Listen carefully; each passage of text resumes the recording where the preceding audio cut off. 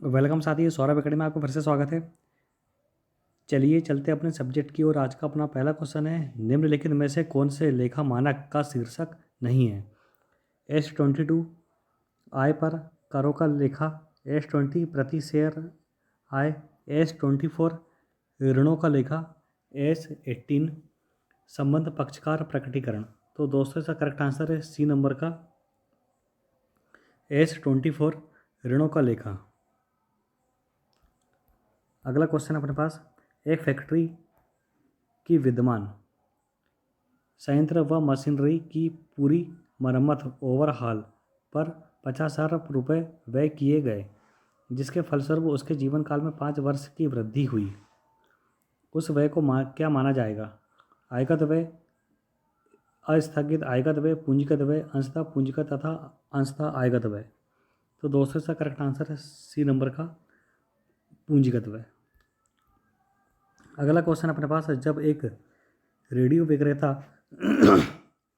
स्वामी व्यवसाय कोष से अपने व्यक्तिगत उपयोग के लिए एक रेडियो खरीदता है तो उस रेडियो के लिए भुगतान की गई राशि को स्वामी का आहरण माना जाता है, जिसका कारण है दोहरे पक्ष की संकल्पना, चालू व्यवसाय की संकल्पना, व्यावसायिक एकक की संकल्पना, मिलान की संकल्पना। तो दोस्तों इसका करेक्ट आंसर है सी नंबर का व्यावसायिक एकक की संकल्पना। अगला क्वेश्चन है, निम्नलिखित कथनों पर विचार कीजिए। कंपनी दूसरा संशोधन अधिनियम 2002 की धारा 46AA के अनुसार रुग्ण औद्योगिक कंपनी वह औद्योगिक कंपनी है जिसकी किसी वित्तीय वर्ष में संचित हानि उस वित्तीय वर्ष से ठीक पूर्ववर्ती 4 वर्षों की औसत निवल संपत्ति के 50% अथवा उससे अधिक हो। सेकंड है, जो किन्हीं क्रमिक 3 तिमाहियों में अपने ऋणदाता या ऋणदाताओं द्वारा अपने ऋण की भुगतान के लिए लिखित मांग करने कर ऋण को प्रतिसंदाय करने में विफल रही हो।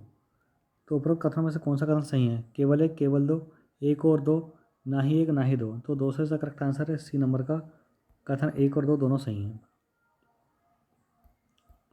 अगला क्वेश्चन है, प्रतिभूति विनिमय संदर्भ में धूसर बाजार के संबंध में निम्नलिखित कथनों पर विचार कीजिए।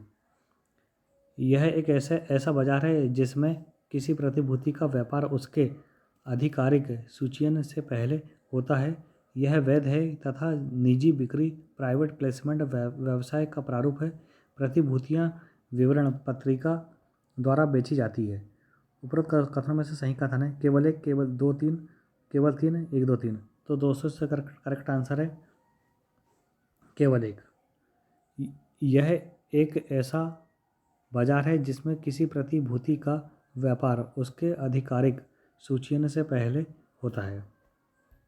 अगला क्वेश्चन अपने पास, एक सटोरिया जो एक कंपनी के शेयर इस विचार से क्रय करता है कि वह आवंटन से पहले उन्हें प्रीमियम पर किसी विशुद्ध निवेशक को बेच देगा, क्या कहलाता है? चंचल स्टेक, लेम डक, तेजड़िया, मंदड़िया। तो दोस्तों इसका करेक्ट आंसर है ए नंबर का चंचल स्टेक। अगला क्वेश्चन है, भारत में एक ऐसी कंपनी के लिए क्या शब्द प्रयोग में लाया जाता है जो वास्तव में म्यूचुअल फंड से के संग्रह से संबंध है? प्रायोजक कंपनी, न्यासी कंपनी, परिसंपत्ति प्रबंध कंपनी, म्यूचुअल फंड कंपनी। तो दोस्तों इसका करेक्ट आंसर है न्यासी कंपनी। अगला क्वेश्चन है, निवेशकों की शिकायतों को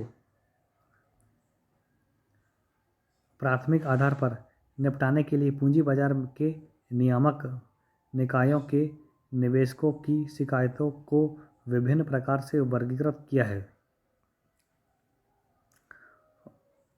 वर्ग एक, वार्षिक रिपोर्टों, सही फर्मों, धन वापसी, आदेश लाभांश की दरों से मिलने पर ब्याज पर प्राप्त न होना।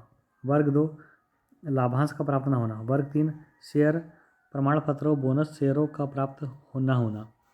वर्ग फोर में आएगा धन वापसी, आदेश, आवंटन पत्र, स्टॉक निवेश का प्राप्त न होना।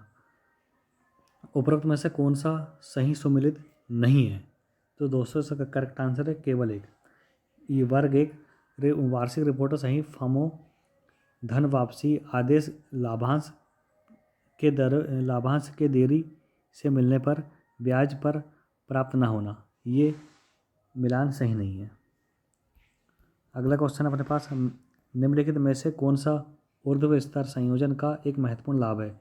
यह प्रतियोगिता दूर करने में सहायता करता है, यह अनुक्रमिक संक्रियाओं को समन्वित करने में सहायता करता है, यह गुणवत्ता के नियंत्रण में सहायता करता है, यह बाजार की पकड़ में सहायता करता है।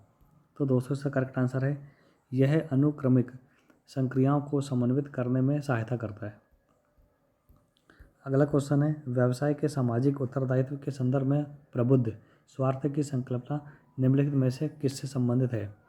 प्राकृतिक संसाधनों को भावी पीढ़ी की संपत्ति मानना, व्यवसाय के दीर्घकालीन उत्तरजीवी हित को ध्यान में रखना, सामुदायिक विकास में योगदान करना, व्यवसाय की लाभ संभावना बढ़ाना। निम्नलिखित कूट का प्रयोग कर सही उत्तर चुनिए। तो दोस्तों इसका करेक्ट आंसर है तीनों कथन, पहला, दूसरा और तीसरा। पहला, प्राकृतिक संसाधनों को भावी पीढ़ी की संपत्ति मानना, व्यवसाय के दीर्घकालीन उत्तरजीवी हित को ध्यान में रखना और सामुदायिक विकास में योगदान करना। अगला क्वेश्चन है, निम्नलिखित में से कौन सा शुल्क वापसी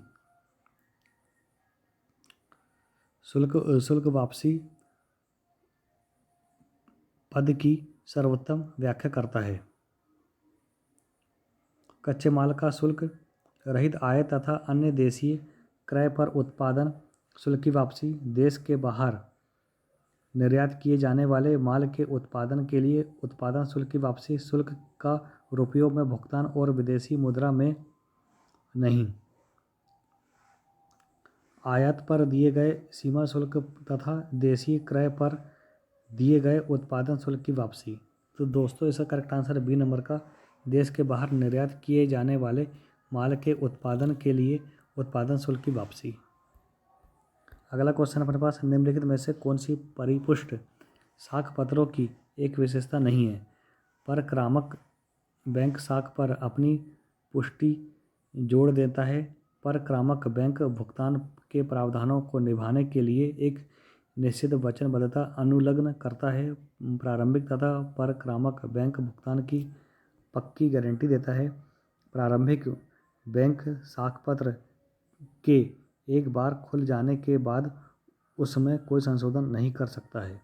तो दोस्तों इसका करेक्ट आंसर है डी नंबर का, प्रारंभिक बैंक साखपत्र के एक बार खुल जाने के बाद उसमें कोई संशोधन नहीं कर सकता है।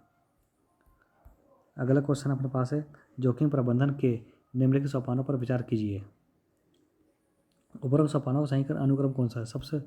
सबसे पहला आएगा दोस्तों थर्ड नंबर का जोखिमों की पहचान करना, उसके बाद आएगा पहला नंबर का जोखिमों का मूल्यांकन, फिर आएगा सेकंड नंबर का आएगा जोखिमों से बचाव, फिर फोर्थ नंबर का आएगा जोखिम दूर करना, फिर फिफ्थ नंबर का आएगा जोखिम में कमी करना, देन लास्ट में आएगा जोखिम का वित्तीयन करना। ये इनका सही अनुक्रम है। अगला क्वेश्चन अपने पास, सारणी बी शेयरों द्वारा सीमित कंपनी, सारणी सी गारंटी द्वारा सीमित कंपनी जिसकी शेयर पूंजी नहीं है, सारणी डी गारंटी द्वारा सीमित कंपनी जिसकी शेयर पूंजी है, सारणी ई असीमित दायित्व कंपनी।